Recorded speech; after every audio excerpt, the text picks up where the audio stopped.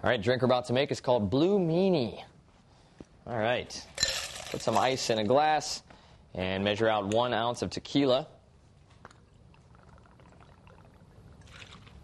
And follow that up with 1/2 ounce of blue curacao.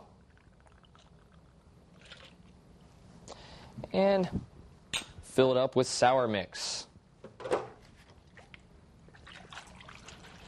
There we go. Now take your shaker. Just give it a couple of shakes, just enough to mix it up. All right. Set up your glass. Go ahead and pour it in. And of course, you should have a nice bright blue cocktail. We'll garnish it with a lime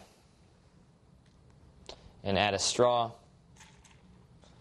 And that is the Blue Meanie.